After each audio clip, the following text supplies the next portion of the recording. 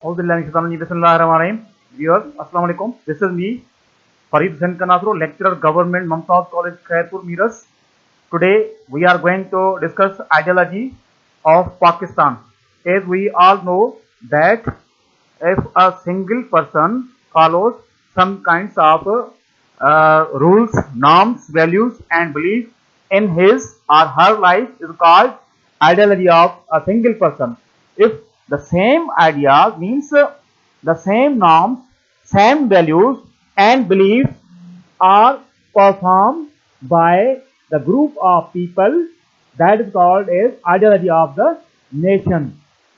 So now we are going to discuss the ideology of Pakistan or ideology of Islam.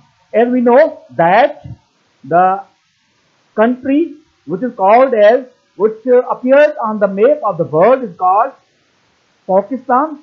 It came into being on the basis of Islam. So Islamic ideology is that to pass your life according to the sayings of Holy Quran and Sunnah of Holy Prophet, peace be Muhammad upon him, is called ideology of Islam. Now we are going to the second part and very deeply part of ideology of Pakistan. Ideological basis of Pakistan. As from the heading, we know that basis of ideology of Pakistan are religion, politics, economics, and socialism.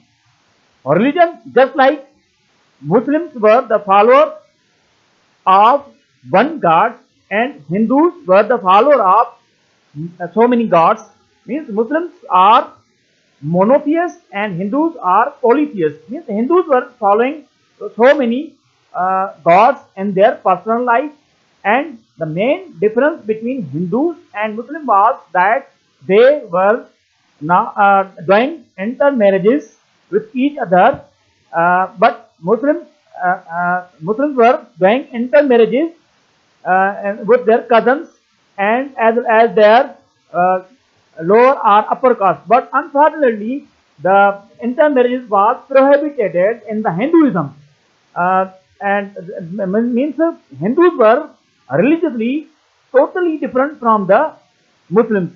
And after the death of a male person of the society, Muslims are giving permission to its widow that she can do marry with any Muslim person.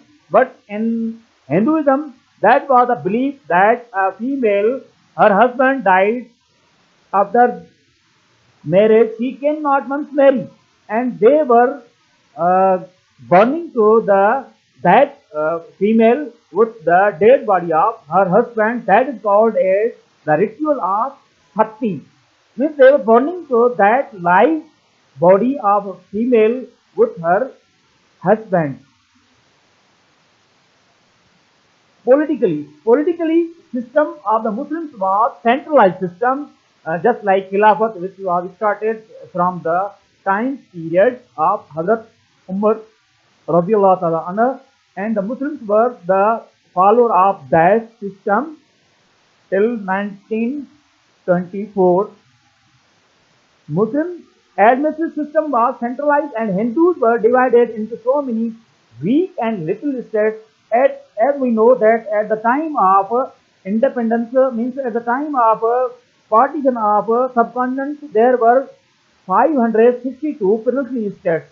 So the administrative system of the Muslims was very well developed and very well strong, but Hindus were not civilized in the, according to the point of view, political system or administrative system. As we know that the part 3 of ideological basis is that economics. Muslims were the follower of that concept or that belief that the whole property which we are having in this world, that belongs to Almighty Allah, and that is the gift of Almighty Allah. So after the death or in the life of their parents, they are dividing their property on such basis that is called as an ancestor's property, and it is divided on the basis of male and female. But unfortunately, in Hindus, that is not common, and they are not dividing their property of their parents after the death of their parents.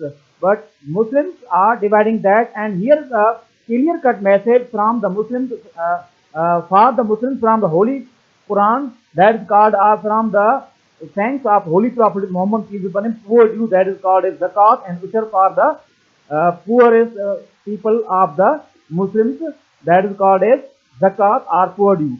Social status or socialism.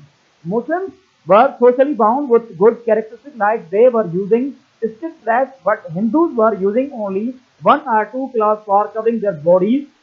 Islam introduced common social justice and equality. If there was a justice between Muslims, there was no difference in Muslims. Just like there was a chief lady, there was a Quraysh lady. She has done theft, and so many sardars of the different tribes of at that time Arabia, they have reached to the Holy Prophet and said that she is a noble lady and she has done one sort of mistake, that we are getting agreement that once again she will not do that mistake. So, but Holy Prophet peace be upon him took oath that if there should be a Fatma bint Muhammad, she must be punished on the same footing as it is told in the Holy Quran. But in Hindus, there was injustice and inequality, just like I have told you. For lower caste, Shudras and Vaishyas, there was a different rules between for the lower caste and upper caste, Shudras and Vaishyas. But for Brahmins and Kshatriyas were at the highest esteem. Means the upper caste was in the constitution, they have esteem, they have too much respect. But in Shudras and Vaishyas, but in Muslims, all the Muslim brethren are equal, as in the last sermon of Holy Prophet Muhammad peace be upon him told that you all are equal before the guide. There is no Arabi superior than non-Arab, and there is no non-Arab is superior than Arabs. But better among you is that a, a person who is a true follower of Holy Prophet Muhammad peace be upon him and Almighty Allah. As we have discussed the ideology of Pakistan, inshallah, we will discuss in the next sessions ideology of Pakistan in the sense of Qaeda Muhammad and ideology of Pakistan in the point of view of Dr. Allama Muhammad Iqbal. Thank you, viewers. Inshallah, we will meet in the next lecture. Allah Hafiz.